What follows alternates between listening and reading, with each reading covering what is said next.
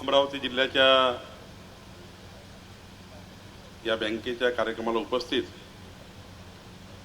आपले राज्याचे माजी मंत्री आणि अमरावती जिल्हा मध्यवर्ती सहकारी बँकेचे सन्माननीय अध्यक्ष बच्चूभाऊ कडूजी, माननीय आमदार सुलभाताई खोडकेजी, आज ज्यांचा जन्मदिवस आहे, वाढदिवस आहे, त्यांना मंगलमय शुभेच्छा आपण दिल्या आहेत असे आमदार श्री राजेश वानखेडेजी, आमदार श्री संजय खोडकेजी, श्री नरेशचंद्र ठाकरेजी, आपले महापौर श्रीचंद तेजवानीजी, माजी आमदार रमेशजी बुंदिले, माननीय निवेदिताताई चौधरी, सुरेखाताई ठाकरे, चित्राताई डहाणे, आपले उपाध्यक्ष अभिजितजी ढेपे, अजय पाटील मेहरकर, जयप्रकाश पटेले, आनंदजी काळे, रविराजजी देशमुख, संतोषजी महात्मे, दिनेशजी सूर्यवंशी, सुनीलजी वराडे, व्यासपीठावर उपस्थित सर्वच मान्यवर, समोर अनेक मान्यवर बसलेले आहेत ज्यांची नावं मी घेऊ शकलो नाही, त्याबद्दल सर्वांची क्षमा मागतो। खरं तर मी वेळेवर येणार होतो, पण सकाळी नागपूरवरून येताना 2 कार्यक्रमाला अतिरिक्त जावं लागलं, त्यामुळं 1.5 तास उशिरा आल्यामुळं इकडं 1.5 तास वाढत गेला आणि त्यामुळं थोडा आपल्याला उशीर झाला, तुम्हालाही थोडा मनस्ताप झाला, थोडी वाट बघावी लागली। त्यामुळं मी सर्व शेतकरी बांधवांचे आभार मानतो, आपण माफ करावं अशी आपल्याला विनंती करतो। खरं तर मागच्या आठवड्यात अभिजित ढेपेजी आणि सर्वच आपले आमदार सुलभाताई, राजेशजी, संजयजी, आम्ही मंत्रालयात एकत्र आलो, विधिमंडळात एकत्र आलो आणि आम्ही चर्चा केली की मी पालकमंत्री म्हणून आपलं कर्तव्य निभवलं पाहिजे। एवढी प्रसिद्ध सुप्रसिद्ध बँक ज्यांनी या अमरावती जिल्ह्याचा जो एक नाव वाढवलं, म्हणजे काही बँकेचे जर उदाहरणं दिले, त्या जिल्ह्याचं नाव खराब करण्याचं कामही अनेक बँकांनी केलं, पण ज्या जिल्ह्याला एक मोठी उंची ज्या बँकेने दिली आहे, अशी अमरावती जिल्हा मध्यवर्ती सहकारी बँकेत पालकमंत्री म्हणून मी आलं पाहिजे अशी भावना आमच्या सर्व सन्माननीय व्यासपीठाने व्यक्त केली आणि मी वचन दिलं होतं की अमरावतीत आल्या मी नक्की या बँकेमध्ये येईल आणि आपला जो या ठिकाणी सर्वांचा जो मला सहवास लाभला, मग असे आमचे सर्व डायरेक्टर, आपले अध्यक्ष कडूजी, आपण सर्वांनी चर्चा केली, एक सकारात्मक पद्धतीने आपल्या बँकेला अजून सुवर्णकाळ यावा, अजून या बँकेची उत्तरोत्तर प्रगती व्हावी आणि या प्रगतीतनं समाजाच्या शेवटच्या व्यक्तीचं कल्याण व्हावं, शेतकरी शेतमजुराचं कल्याण व्हावं, ही भूमिका या ठिकाणी बँकेने घेतली। खरं तर आज बघा, आपली नागपूर जिल्हा मध्यवर्ती बँक आहे, ती मागच्या 13-14 वर्षापासून 15 वर्षापासून जी बँक बुडाली, 153 कोटी रुपयाचा भ्रष्टाचार झाला, अनेक बँका या ठिकाणी महाराष्ट्रात नाव घेता येईल, धाराशिव बँक असेल, अनेक बँका आहेत ज्या भ्रष्टाचारामध्ये त्या बँका बुडाल्या आणि त्या बँका अजूनही जिवंत झाल्या नाही। खरं तर एक बँक बुडाल्यामुळं हजारो लाखो शेतकऱ्याचं कसं नुकसान होतं, एखादं पोट फाडल्यासारखं जेवढं वेदना होतात, एखाद्या ऑपरेशनमध्ये जसं पोट फाडून आपण ऑपरेशन करतो, ज्या वेदना होतात तेवढ्याच वेदना एखादी बँक डुबल्याने शेतकऱ्याला होतात आणि त्यामुळं नागपूरच्या जिल्हा मध्यवर्ती बँकेचं उदाहरणाचा मी साक्षीदार आहे की ती बँक भ्रष्टाचारामुळे बुडाल्यामुळं आज शेतकऱ्यांचे काय त्या ठिकाणी परिस्थिती निर्माण झाली आणि आज जवळपास तेव्हा ते 153 कोटीचा विचार केला बच्चूभाऊ, तर आज जवळपास 1400 कोटी रुपयाचे शेतकऱ्यांचं देणं, 1400 कोटी रुपये या ठिकाणी भ्रष्टाचारामध्ये 153 कोटीचा गुणांक भागाकार केला तर त्या ठिकाणी मोठा आकडा या ठिकाणी भ्रष्टाचारामध्ये बुडालेला आहे आणि आज ती बँक उठू शकली नाही। पण अमरावती जिल्हा बँकेने मात्र टाचणीभरही या ठिकाणी शेतकऱ्याच्या पैशाचा दुरुपयोग न करता या ठिकाणी जी उंची गाठण्याचा प्रयत्न केला आहे। खरं तर मी बच्चू कडूजी आपले मनापासून अभिनंदन करतो आणि आपले आभारी मानतो की आपण शेतकऱ्याला, या बँकेला खऱ्या अर्थाने शेतकऱ्याकरता आणि समाजाच्या गरीब माणसाच्या कल्याणाकरता या बँकेची उंची मिळवून देण्याकरता आपण प्रयत्न करतात आहे। आपलं सर्व संचालक मंडळ ज्या भावनेने काम करत आहे, शेतकरी हिताची भावना आहे, जनहिताची भावना आहे। आमचे अभिजितजी ढेपे यांनी सांगितलं की काही झालं तरी शेतकरी हा जो वर्ग आहे तो कुणाही पक्षाचा नाही, तो कुणाही जातीचा नाही, धर्माचा नाही. शेतकरी हा वेगळा आपली जात आहे आणि या शेतकरी जातीला खऱ्या अर्थाने सर्व समाज असेल, कुठलाही धर्म असेल, त्या सर्व शेतकरी जातीला न्याय मिळवून देण्याकरता आमची बँक काम करत आहे. मी जेव्हा आपल्या बँकेचा जो उच्चांक बघत होतो तेव्हा मला त्या ठिकाणी दिसलं की आपल्या भांडवली कर्जातनं पशुपालन, मत्स्य व्यवसाय, कुक्कुटपालन आपण करतायत, त्या ठिकाणी कर्ज उपलब्ध करताय. या ठिकाणी व्हेंचर कॅपिटल आणि कुक्कुटपालनाचं एक त्या ठिकाणी मध्यम मुदतीचं शेती कर्ज आपण त्या ठिकाणी देत आहे. खऱ्या अर्थाने बँका याकडे लक्ष देत नाही, पण मत्स्यपालनावर लक्ष येत आहे, कुक्कुटपालनावर लक्ष येत आहे. ट्यूबवेल, बोरवेल झाली पाहिजे शेतकऱ्याच्या शेतामध्ये, त्याची योजना आपण करताय. ठिंबक संच तुषार सिंचन योजना आपण केली आहे. उपसा सिंचन योजनेकरता आपण पैसा देत आहे. शेतकुंपणाकरता पैसे देत आहे. शेतकरी गृह कर्जाकरता पैसे जात आहे.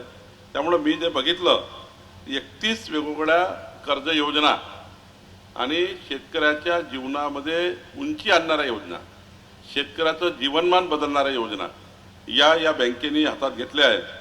मी अनेक बँका बघितल्या, अनेक जिल्हा सहकारी प्रायव्हेट बँका तर ठीक आहे, एखाद्या वेळी राष्ट्रीयकृत बँका ठीक आहे, पण एखादी जिल्हा बँक या ठिकाणी 31 वेगवेगळ्या त्या ठिकाणी शेतकरी विकासाच्या योजनेवर शेतकऱ्यांना समृद्ध करणाऱ्या योजनेला कर्ज देत आहे. मी मनापासून या जिल्ह्याचा पालकमंत्री म्हणून आपलं अभिनंदन करतो. खऱ्या अर्थाने शेतकऱ्यांना खरं नवीन जीवन देण्याचं कार्य आपली बँक करतात आहे आणि त्यामुळं खरं तर मी आपल्या सर्वांचे अभिनंदन करतो. बच्चूभाई, गोष्ट खरी आहे की राजकारणामध्ये आपण जरी वेगवेगळ्या निवडणुका लढलो असेल, वेगवेगळ्या पक्षातून लढलं असेल, पण एकदा निवडणुका संपल्यावर पक्षीय राजकारण विचार सोडून दिला पाहिजे. पक्षीय राजकारणाचा विचार कुठल्याही बँकेच्या विकासामध्ये आडवा येऊ नये. पक्षीय राजकारण शेतकऱ्याच्या हितामध्ये आडवं येऊ नये. ते राजकारण काय कामाचं जे शेतकऱ्याचं हित करेल. आणि आपली सर्वांची भूमिका हीच आहे की जीवन जगताना व्यक्तीने, राजकीय व्यक्तीने किमान जरी 100% राजकारण आपल्या ब्लडमध्ये असलं तर वागताना मात्र आणि आपल्या कृतीतनं काम करताना जरी आपण 100% राजकारणी असलो तरी 80% समाजकारण आणि 20%च राजकारण आपल्या अनुभवातून आलं पाहिजे. आपण 20%च राजकारणाला महत्त्व दिलं पाहिजे, 80% समाजकारणाला महत्त्व दिलं पाहिजे. 80% जेव्हा विचार करतो तेव्हा पक्षीय राजकारण दूर केलं पाहिजे आणि पक्षीय राजकारण दूर करून सहकारी बँका वाढवल्या पाहिजे. सहकारी बँकेचं खरं मग हेच आहे की तुम्ही ज्या दिवशी पक्षीय राजकारण बँकेमध्ये आलं त्या दिवशी बँका बर्बाद झाल्याशिवाय राहणार नाही आणि एकछत्री राजकारण ज्या दिवशी आलं त्या दिवशी तुमचा राज झाल्याशिवाय राहणार नाही. आणि म्हणून एक गोष्ट चांगली आहे की आपण विविध पक्षाचे लोक येऊन या ठिकाणी एकत्र येऊन शेतकरी हिताकरता ही बँक, या बँकेला उच्चांक मिळवून देण्याचा प्रयत्न करताय. आणि ही बँक उद्याच्या काळात ज्या पद्धतीचे विचार अभिजित ढेपे यांनी आपल्या टीमनी मांडलेले आहेत, बच्चूभाऊ आपण मांडलेले आहेत, खोडकेजी आपण मांडले आहेत, मला सर्वांचे विचार विधिमंडळात मी 1-1.5 तास बसलो आपल्यासोबत, आपल्या संचालक मंडळाने चर्चा केली, आताही आपल्या बँकेत चर्चा केली. खरं तर सर्वांचाच विचार हा आहे या बँकेच्या कुठल्याही व्यवस्थेतनं राजकारणाकरता टाचणीभरी उपयोग करायचा नाही. या बँकेच्या कुठल्याही संसाधनाचा उपयोग व्यक्तिगत स्वार्थाकरता करायचा नाही आहे आणि राजकारणात मोठं होत असताना बँकेच्या कुठल्याही सभासदाचा त्याचा वापर करून घ्यायचा नाही आहे. खरं तर जेव्हा निवडणुकीत आम्ही उभे होऊ, आपले आपले मतं मागू, आपला अजेंडा राहील, पण शेतकरी हिताकरता मात्र बच्चूभाऊ मी तुम्हाला वचन देतो की आपण शेतकरी हिताकरता सर्व एकत्र येऊ आणि या बँकेला चांगले दिवस आणण्याकरता काम करू. एवढंच या ठिकाणी या माध्यमातून सांगण्याचा माझा प्रयत्न राहणार आहे. शेवटी आपण एकत्र येणेच हेच शेतकऱ्याकरता, अमरावतीच्या शेतकऱ्याकरता हित आहे आणि यातनंच आपल्याला पुढे जायचं आहे. आपण पुढच्याही काळामध्ये सर्वांनी एकत्र बसा. खरं तर आमच्या मनातलं काम तुम्ही करताय. जे काम सरकार करू शकत नाही ते काम ही बँक करताय आणि सरकारच्या माध्यमातून या बँकेला जे प्रोटेक्शन पाहिजे, कारण शेवटी सरकारचंही प्रोटेक्शन महत्त्वाचं आहे. कारण सरकारच्या माध्यमातून येणाऱ्या सर्व योजना असतील, सरकारच्या माध्यमातून येणाऱ्या कर्ज योजना असतील, सरकारच्या माध्यमातून येणाऱ्या विविध केंद्र सरकारच्या, राज्य सरकारच्या योजना असतील, त्या सर्व योजनांना शेवटी जिल्हा बँक समोर नेतं. आणि त्यामुळे जिल्हा बँक आणि सरकार या एका गाडीचे 2 चाकं आहे. हे 2 चाकं जर व्यवस्थित चालले तर गाडी 100च्या स्पीडने जातं. यातलं एक जरी चाक बिघडलं तर गाडी ही ठप्प होतं. आणि म्हणून सहकारी बँका आणि सरकार याची गाठजोड असल्याशिवाय कुठलीही बँक ही 100च्या स्पीडने चालत नाही. आणि जेवढी बँक पुढे जाईल तेवढं शेतकऱ्याचं हित आहे. जेवढी बँक त्या ठिकाणी पुढाकार घेईल तेवढं शेतकऱ्याचं हित आहे. आणि म्हणून माझी व्यासपीठावरच्या सर्व नेतृत्वाला विनंती आहे पुढाकार घ्या, चांगला पुढाकार घ्या, जे पाहिजे ते करा. आपलं सरकार, देवेंद्र फडणवीसजीचं सरकार नेहमीच सकारात्मक राहिलेलं आहे. मला माननीय मुख्यमंत्र्यांनी स्वतः बोलून सांगितलं, बच्चू कडूजी, की या ठिकाणी या कार्यक्रमाला तुम्ही गेलं पाहिजे. मी माननीय मुख्यमंत्र्यांशी बोललो आणि या बँकेला पूर्ण मदत केली पाहिजे, त्या बँकेला अधिक मजबूत केलं पाहिजे.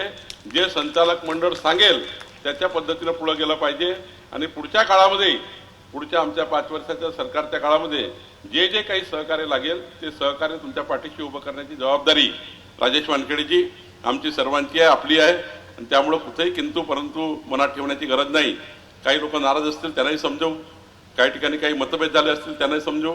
थोडे मतभेद असतील बच्चू भाऊ, मनभेद नाही आहे. माझी चर्चा सर्वांची झाली आहे.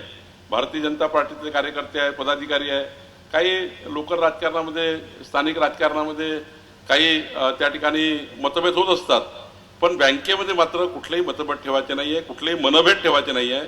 मतभेद आणि मनभेद दूर करून या बँकेच्या, या जिल्ह्याच्या विकासाकरता आपल्या सर्वांना एकत्र यायचं आहे. शेवटी आपल्या सर्वांचा हेतू आहे शेतकरी समाजाचा, शेवटच्या गरीब माणसाला मदत करायची आहे. शेतकरी जगला तर आपण जगू, ही भूमिका आमच्या सर्वांच्या मनात आहे. आणि शेतकऱ्याची क्रांती म्हणजे देशाची क्रांती आहे, शेतकऱ्याचा विजय म्हणजे देशाचा विजय आहे. हीच भूमिका आपली सर्वांची आहे. या देशाचे पंतप्रधान नरेंद्र मोदीजी, आपले मुख्यमंत्री देवेंद्र फडणवीसजी, हे दोन्ही सरकार डबल इंजिन सरकार सहकार खात्यातनं आपल्याला खूप पुढे नेत आहे. ही गोष्ट खरी आहे बच्चू भाऊ, आपण सांगितलेली की पहिल्यांदा असं केंद्र सरकार या देशामध्ये आलं आहे, ज्या केंद्र सरकारला मोदीच्या नेतृत्वात असं वाटलं की देशामध्ये सहकार खातं असलं पाहिजे, देशामध्ये सहकार खातं असलं पाहिजे. आणि सहकार खात्याच्या माध्यमातून अजून जेवढं मजबूत शेतकऱ्याला आपण करू शकतो तेवढं कुठलंच खातं करू शकत नाही. आणि त्यामुळं मी आपल्याला एवढंच सांगेल की महसूल मंत्री म्हणून माझी जबाबदारी मी निश्चित पार पाडेल. मागच्या वेळी बच्चूभाऊ तुम्ही आंदोलन केलं तेव्हाही मी सांगितलं होतं की सरकार आपल्या आंदोलनाला सकारात्मक आहे.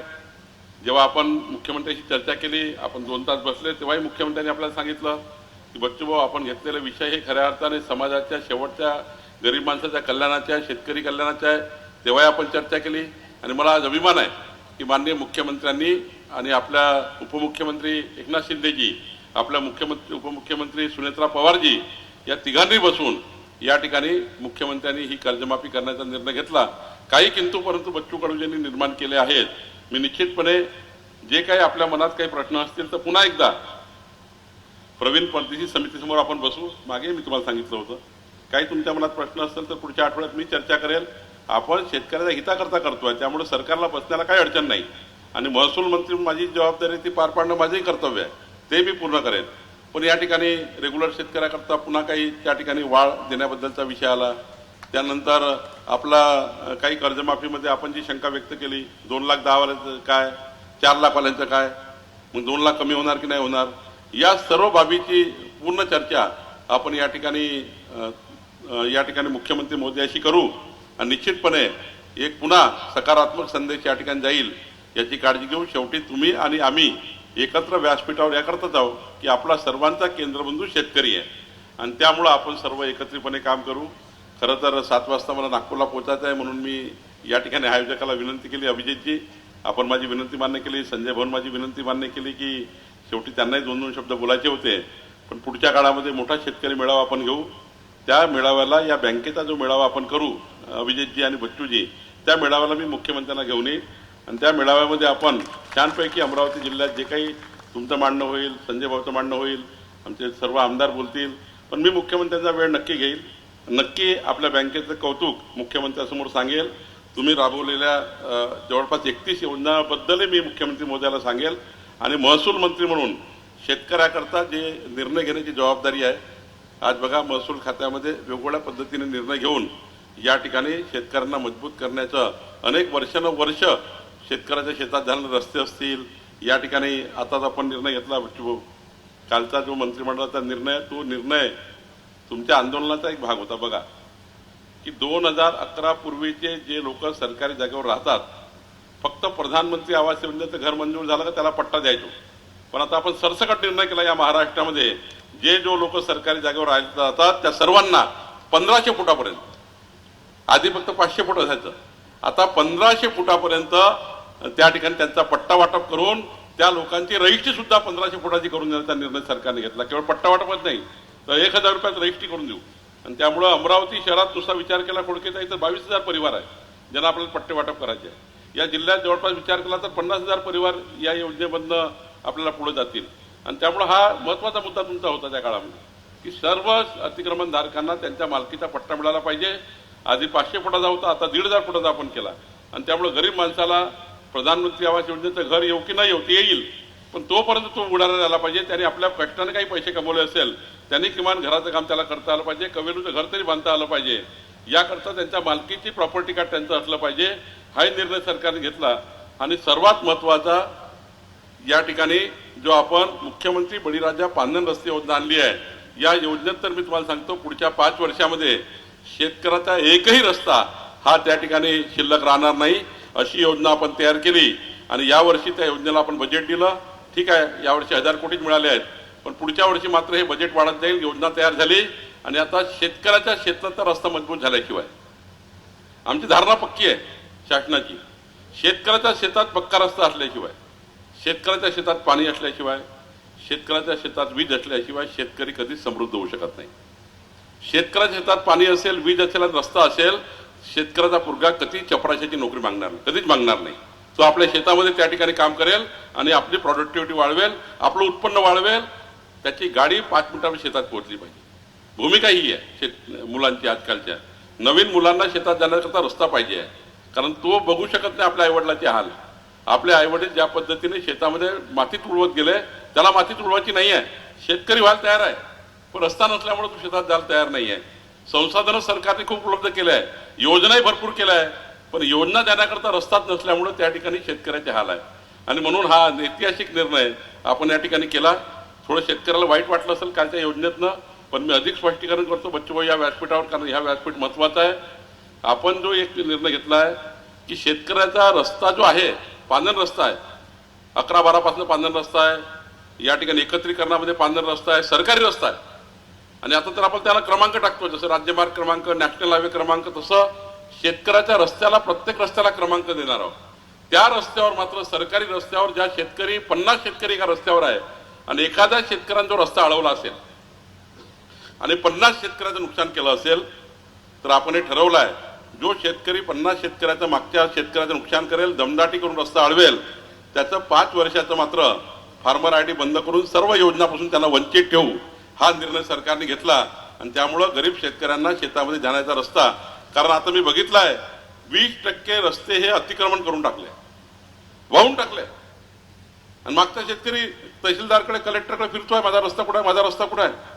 आता माझ्याकडे 13,000 केस आहे बच्चूभाऊ, त्यातल्या 4,000 केस तुमच्या रस्त्याचे आहेत आणि ऑलरेडी रस्ता आहे, थोडक्यात रस्ता आहे रेकॉर्डवर, 11-12च्या बंदोबस्तामध्ये आहे, अधिकार अभिलेखमध्ये आहे, आपल्या या ठिकाणी भूमी अभिलेखकडे रस्ता आहे, जमाबंदीकडे रस्ता आहे, पण रस्ता दाखवतच नाही शेतामध्ये। ते सर्व रस्ते खुले करणार आहे। आणि शेतकऱ्यांना माझी विनंती आहे, या व्यासपीठाच्या माध्यमातून सरकारी रस्ते थांबू नका, तुम्हाला आम्ही सर्वांना रस्ता द्यायला तयार आहे। या राज्यातला एकही शेतकरी बिन रस्त्याने राहू नये याची काळजी सरकार घेईल, पण शेतकऱ्यांनी जे रस्ते अडवलेले आहेत, सरकारी रस्ते अडवलेले आहेत, ते रस्ते आपण अडवू नका अशी विनंती आपल्या माध्यमातून राज्याच्या शेतकऱ्याला करतो। आणि पुन्हा एकदा बच्चू कडूजी, आपण जे अध्यक्ष या बँकेचे आहात आणि आपले सर्व संचालक मंडळ आहे, यांच्या अत्यंत सकारात्मक भूमिकेला माझा पाठिंबा आहे। जिल्ह्याचा पालकमंत्री म्हणून जे जे काही सरकारी व्यवस्थेत या बँकेला मदत करता येईल तशी या बँकेला मदतीची गरज नाही आहे, बँक समृद्ध आहे। पण अडचणीच्या काळातही कधी शेतकऱ्याला मदत करायची असेल तर चंद्रशेखर बावनकुळे पालकमंत्री म्हणून मी आपल्या पाठीशी निश्चितपणे उभा राहील। या जिल्ह्याच्या विकासाकरता, या बँकेच्या विकासाकरता पूर्ण मजबूती आपण या बँकेला दिल्याशिवाय राहणार नाही, एवढेच या ठिकाणी आपल्याला आश्वस्त करतो। अभिजित ढेपेजी, मला हे माहीत नव्हतं तुम्ही सत्कार करणार आहे, मी सहज चहा प्यायला येणार होतो, बच्चूभाऊ असंच बोलणं झालं होतं की बँकेत येईल, फक्त चहा पान होईल, आपण सर्व राहाल, एवढंच चर्चा होती। पण तुम्ही एवढा सर्व शेतकरी बांधवांना बोलवलं, सर्व आपल्या या ठिकाणी आपल्या अमरावतीच्या वरिष्ठ सर्व शेतकऱ्यांना बोलवलं आणि माझा मान सन्मान केला। खरं तर महत्त्वाचं काय आहे तर माननीय मुख्यमंत्र्याला मी सांगणार आहे की माननीय देवेंद्र फडणवीसच्या सरकारने जी कर्जमाफी केली त्याचा आनंद मात्र अमरावती जिल्ह्याच्या शेतकऱ्यांनी व्यक्त केला।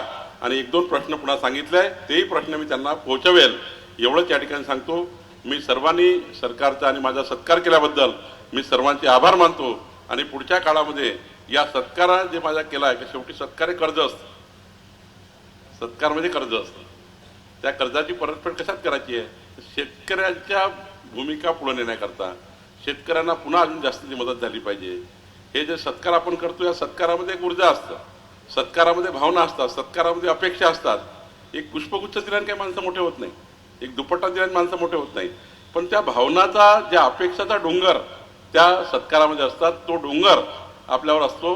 मी निश्चितपणे आपल्या सर्व मागण्या मुख्यमंत्री महोदयाकडे पोहोचवेल आणि याकरता जो चांगला पुढाकार घ्यायचा असेल तो पुढाकारही घेईल, एवढंच वचन मी आपल्याला देतो. आपले सर्वांचे खूप खूप धन्यवाद. एबीपी माझा, उघडा डोळे बघा नीट.